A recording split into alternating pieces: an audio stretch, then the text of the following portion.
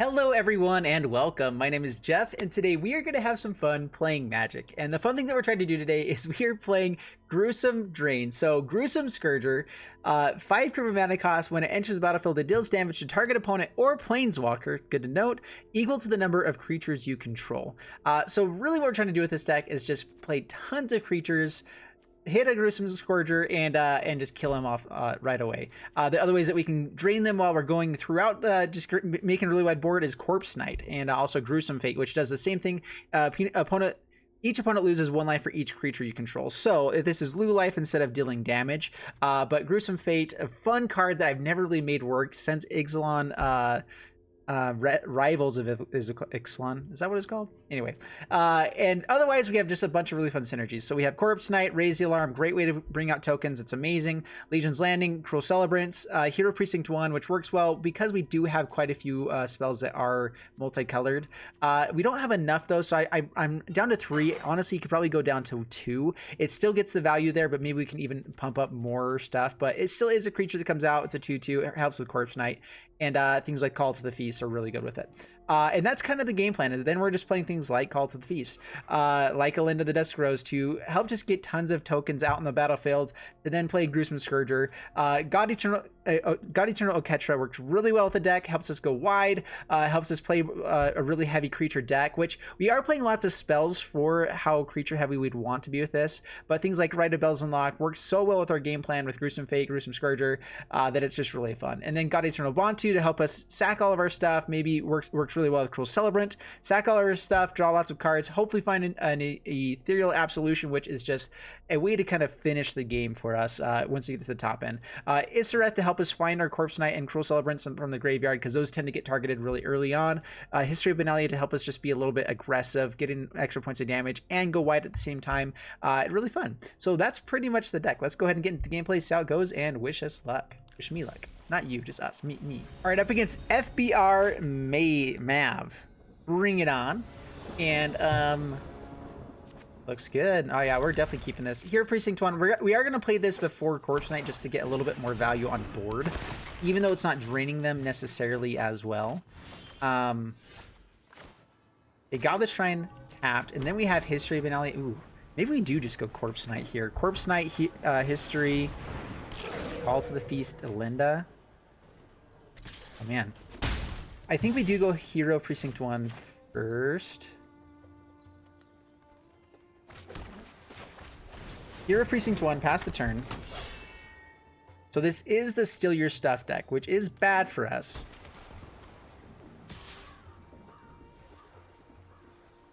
Yeah, we'll go ahead and block. We let them mill themselves even more. More options. Chart, of course. Digs for another Stitch Replier. Okay, that's fine. Milling a lot of stuff over for their deck, which is really good for them. Another Corpse Knight. So we can now History Benalia, double Corpse Knight into Call to the Feast. For Corpse Knight now, kind of create a wide board. Be able to swing in. Alright, so let's play Corpse Knight. Get some value. We're going to swing in with Hero Precinct 1. Even though they have the double block here, we actually want that, because it means they can't blood to bones, or blood to whatever it's called. So it slows them down for another turn. So block with Stitcher Supplier, I'm guessing. Takes it down to 18. Alright, so they are going to be getting back a... very good chance of them hitting an Agent of Treachery, unless they don't have land, but pretty sure they have this Blood to Bones. Absolutely blocking with everything we can here. They don't keep something to use for Blood for Bones. What? Okay, Chart of Course. All right, maybe it's the Revival in the next turn. Very interesting. All right, well, let's play this. Let's play Call to the Feast. Drain them as much as we can. We need to get damage dealt. We could have waited for the other Corpse Knight, but I feel like it's going to get stolen here. So let's go ahead, swing in, down to 10, pass the turn. Alinda is going to be great for next turn, especially if these things die. No! Oh, that's rough. Massacre Girl. It's good. Alright, Corpse Knight into History of Analia. Seems swell. A Corpse Knight. History of Analia. It also is a knight, so that's pretty nice. Down to 9. They're 1 land away from the Agent of Treachery. Do we want to play this Alinda? There's Cruel Celebrant, which is nice now. I guess we play it.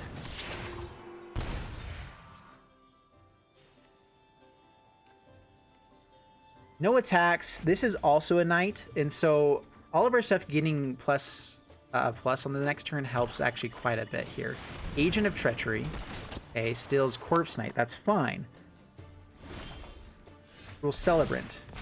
This should just give us enough to kind of go insane here. So Temple of Silence. Now it's not as good. Because we don't have the Corpse Knight. So that was the best thing for them to steal. I was hoping they actually stole Linda. We get a swing in, though. Blocks here. Takes 7. Has to block with other stuff. I'm assuming Corpse Knight blocks here, but we at least have the power for Linda up.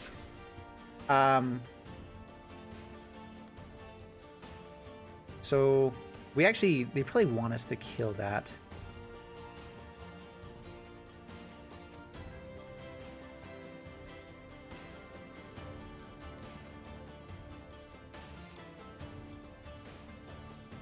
Yeah, let's not put it to the graveyard. Alright, get some triggers. Bring them down to 2. If ever our chef dies, we're in good shape. Alinda, pretty good now. They can steal it. There's an Agent of Treachery. Steals the Alinda. It is tapped. We have to find a way to get in damage now. Cruel Celebrant. No! Oh, man. So they had another Agent of Treachery. I was thinking they were wanting that to go to the graveyard, which they probably were. But now they get to gain 5 life. Which, do they gain the life before these die? Yes, they do.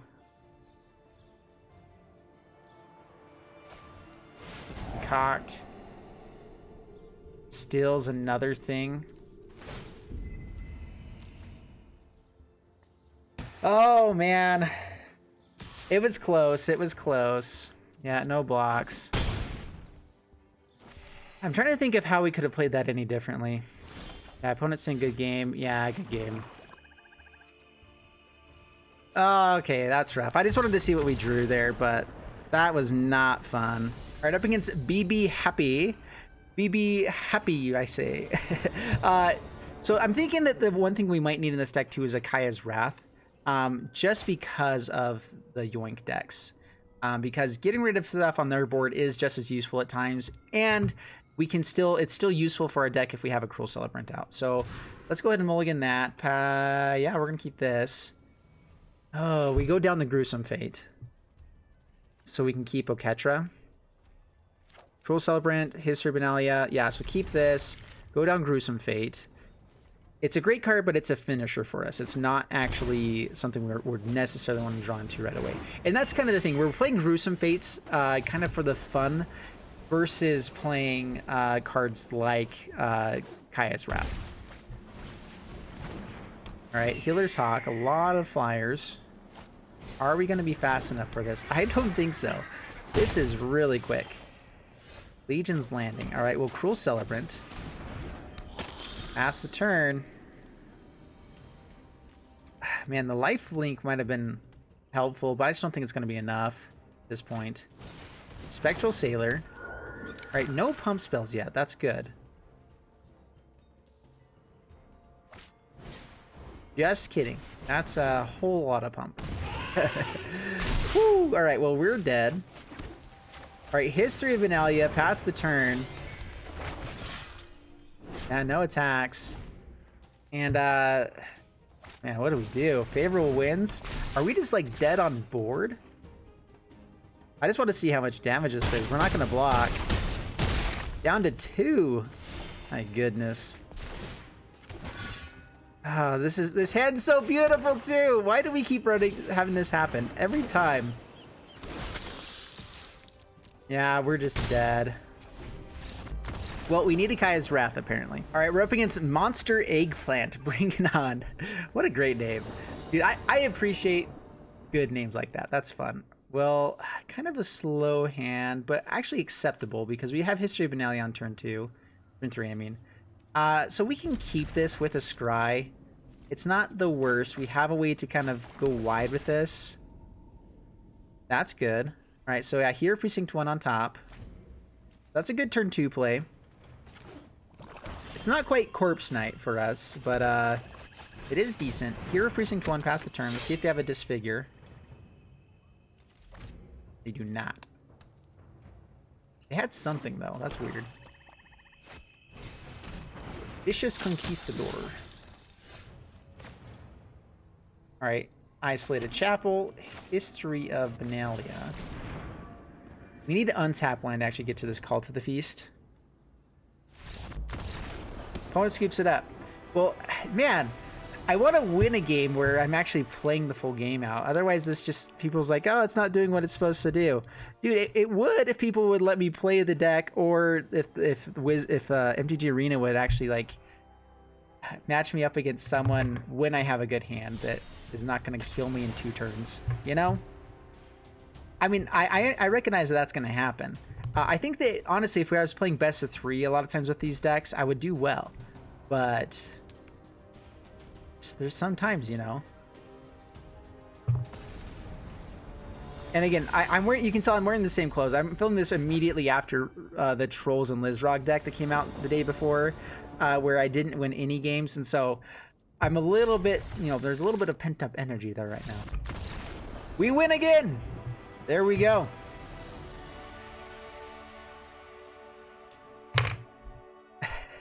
Is this because I lost 7 games in a row that it's like, okay, we need to give him a couple of wins now. Might as well.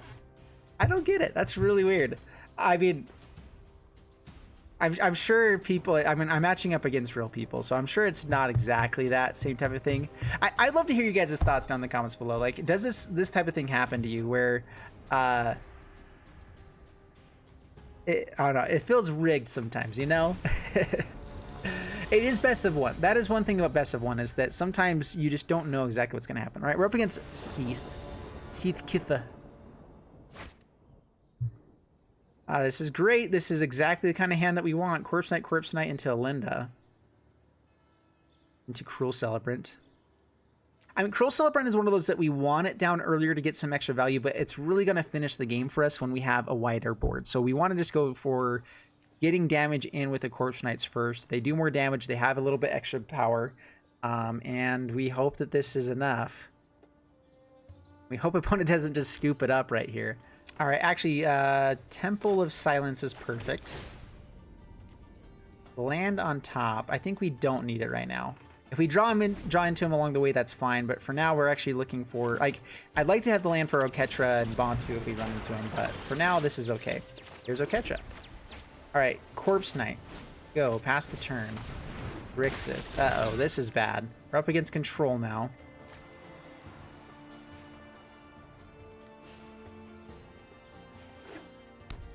Water Grave and Thought Erasure. Okay. I really don't know what they take. Probably God Eternal Ketra. It's the only way they can get rid of it here. There's nothing else that's like screams out as, oh, I can actually deal with this. Yeah, so I'm assuming they take the Oketra there. And we go for Corpse Knight number dose. Cruel Celebrant might have been nice there just because they could have been playing into like a Ritual of Soot. They're going to need to play it before we get down to Linda. But this just gets in more damage. And again, we're playing a Grixis rather than a typical control where they're going to have things like, let's see here. Is this Ritual of Soot or is this Nicol Bolas, the Ravager? All right, Nicol Bolas, okay. Discarding. We'll just discard the Plains. It's fine. Call to the Feast is good.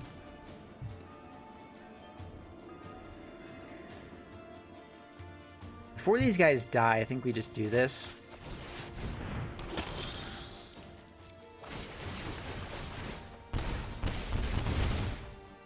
No attacks past the turn. He's down to 9. Gonna have to kill our stuff. Now is when, like, maybe we should have played Cruel Celebrant just in case. But a Ritual of Soot is so good against us here. We just have to hope he doesn't have it. Ritual of Soot. There it is. He has it. He has it. Of course he has it. There's Oketra. Well, let's go for Alinda, I guess.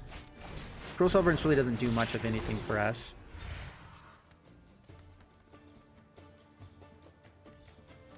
This way we can at least gain life back if we need to. Oketra, hopefully, for the next turn into Cruel Celebrant. Start going wide.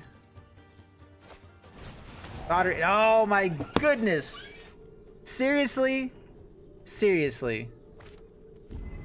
Now finds the other Thought Erasure. Sometimes people just have stacked hands, you know? Okay, there's Narset. We don't actually have ways to draw cards, so that's fine. Does he swing in? He's gonna probably need to. It's a kill Alinda. That actually is really great. That's a great way to kill Alinda. Alright, let's go Cruel Celebrant. We are gonna play the land. All of our 5-drops are gone now, except Bantu. What's the other side of this?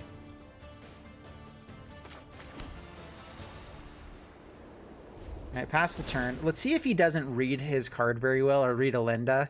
Alinda hasn't really been played that often, so he could try to use the Bedeck to kill Alinda, which helps us out a ton, actually.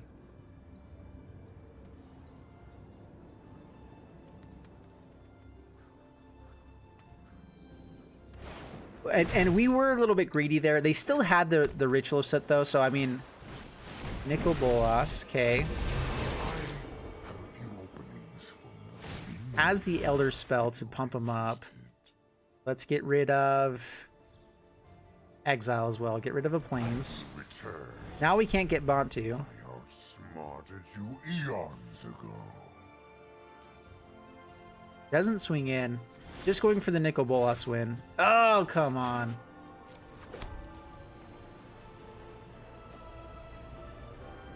Elder Spell.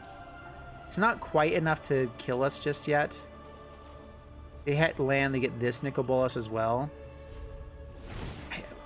We're still not completely out of the game just because of the way that we win. But we're pretty close to just being out of the game.